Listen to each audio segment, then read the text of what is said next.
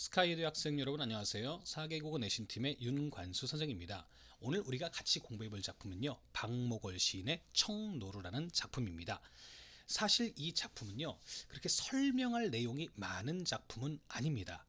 왜냐하면 시의 길이가 짧기도 하고요, 화자의 정서나 태도가 직접적으로 드러난 작품이 아니거든요.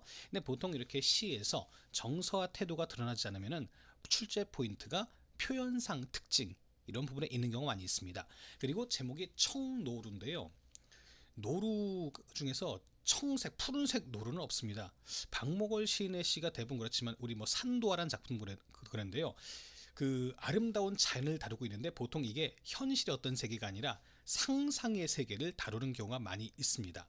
그리고 여러분들 그 일제시대 시인 중에 조지훈, 박목월, 박두진 이 세 사람을 청록파 시인이라고 얘기를 했는데요, 나중에 청록집이라는 시집도 함께 발간하기로 했는데 그 청록파라는 이름이 바로 이 청노루라는 시에서 왔습니다. 노루 녹자, 사슴 녹자라고도 하죠. 자, 그런 시라는 거 알아두시고 그럼 같이 본문 보도록 하겠습니다. 먼 산 청운사 낡은 기와집. 이 사람은 지금 멀리 떨어져 있는 청운사를 바라보고 있어요. 이렇게 먼 경치를 바라보는 걸 우리는 원경이라고 그러죠. 원경, 멀리 떨어진 경치를 바라보고 있습니다. 산은 자산, 봄눈 녹으면. 자산이란 산도요, 실제 존재하는 산이 아닙니다. 시인이 직접 밝혔어요. 살아생전 인터뷰에서 자산은 내가 그냥 상상해서 만들어낸 이름이다 라고 얘기를 했거든요. 그리고 이분은 뭐 보라색, 자주색 이런 거를 굉장히 좋아하시나 봐요. 산도화라는 작품에서도 보랏빛, 석산 이런 게 나오잖아요. 근데 아무래도 뭐 보라색, 자주색 이런 게 뭔가 좀 신비로운 이미지를 나타내는 그런 색깔이기도 하죠. 산은 자산, 봄눈 녹으면. 느릅나무 속잎 피어나는 12구비를, 느릅나무에서 속잎 피어나 계절적 배경 봄이니까 이제 새 이파리가 피어나기 시작하는 겁니다. 자, 근데 여기서요, 청로로 맑은 눈에 도는 구름.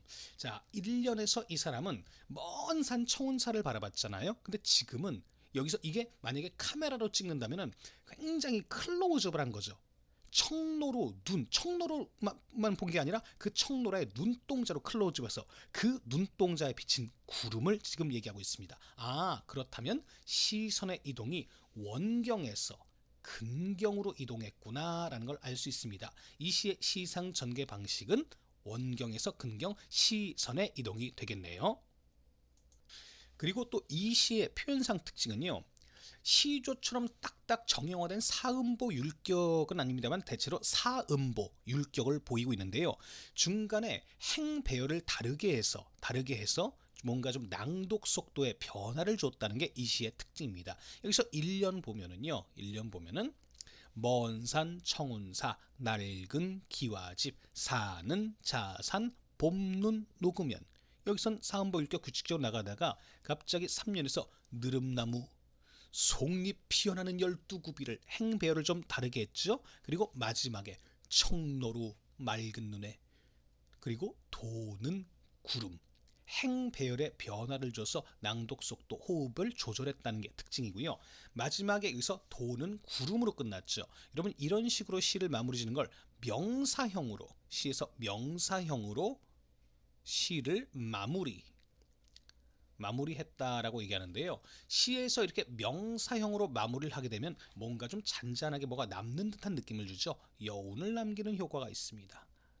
여운을 남기는 효과가 있다는 거 알아두시고요. 그래서 여러분들 이 시에서 뭐 문제 나올 수 있는 좀 포인트, 보통 시선의 이동, 원경에서 근경으로의 시선 이동, 대체로 사음보 율격인데 행배열 변화를 통해서 낭독 속도의 변화를 주었다. 전체적인 뭐 내용 심상은 시각적 심상이 주된 심상, 이 정도 알아두시면 되겠네요.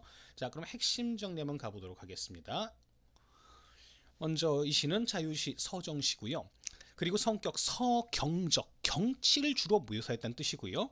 그리고 관조라는 말은 대상을 감정의 표현 없이 그냥 있는 그대로 바라봤다, 이런 게 그 관조적인 게 되겠고요. 주제는 봄을 맞이한 산의 평화로운 풍경, 그리고 특징은 원근법에 의한 시상전개, 먼저 먼 경치를 보다가 가까운 경치를 얘기했죠. 그리고 동양화 같은 묘사 위주의 작품. 그리고 여러분, 여기서 동양화 하면 일단 느껴지는 게, 여러분 서양 그림하고 동양 그림하고 좀 다른 점이 어떤 게 있죠? 아무래도 서양 그림은 뭔가 좀 빽빽하게 그리고 색칠을 다 칠하고 하는 게 있는데 동양 그림은 뭐 난초 같은 경우에는 다 하얀색인데 무슨 선 같은 거 휙휙 끝 이런 게 있죠. 근데 바로 이 여백의 미가 바로 동양화의 특징입니다. 이 청노루라는 이 시도요 마치 동양화처럼 시가 길지 않잖아요. 짧지만 뭔가 잔잔한 여운을 남기는 마치 동양화 같은 느낌을 주는 시다라는 거 알아두시고요. 그럼 여기서 OX 확인 문제 한번 같이 가보도록 하겠습니다. 1번 볼까요? 원경에서 근경으로 시상이 전개되고 있다. 먼 산 그 청운사. 그리고 마지막에는 그 청로로 눈동자에 넣는 구름을 얘기했으니까 원경에서 근경은 맞는 말이네요. 그 다음에 2번 볼게요. 계절감이 드러난 소재가 사용되었다. 맞죠? 봄눈 그리고 느릅나무 잎이 피어난다는 얘기 나왔으니까요. 3번 사음보 율격을 통해 리듬감 형성하고 있다. 맞는 말이죠. 근데 그 사음보가 시조처럼 한 줄 다 4번 표현한 게 아니라 중간중간에 행배열을 다르게 해서 낭독 속도에 변화를 줬다는 게 특징입니다. 일단 사음보 율격이 사용된 건 맞는 말이고요. 마지막으로 마지막이 아니죠. 명사형으로 시상을 마무리하여 여운이 느껴진다. 맞는 말입니다. 5번 선경후정 방식으로 시상이 전개되고 있다. 여러분 선경후정은요. 경치를 먼저 얘기하고 마지막에 정서를 얘기하는 게 선경후정입니다. 근데 이 시는요. 경치만 얘기했어요. 마지막에 정서로 마무리하지 않았죠. 그래서 선경후정이라고 보기는 어렵죠. X입니다. 오늘 수업은 여기까지 하겠습니다. 수고 많으셨습니다.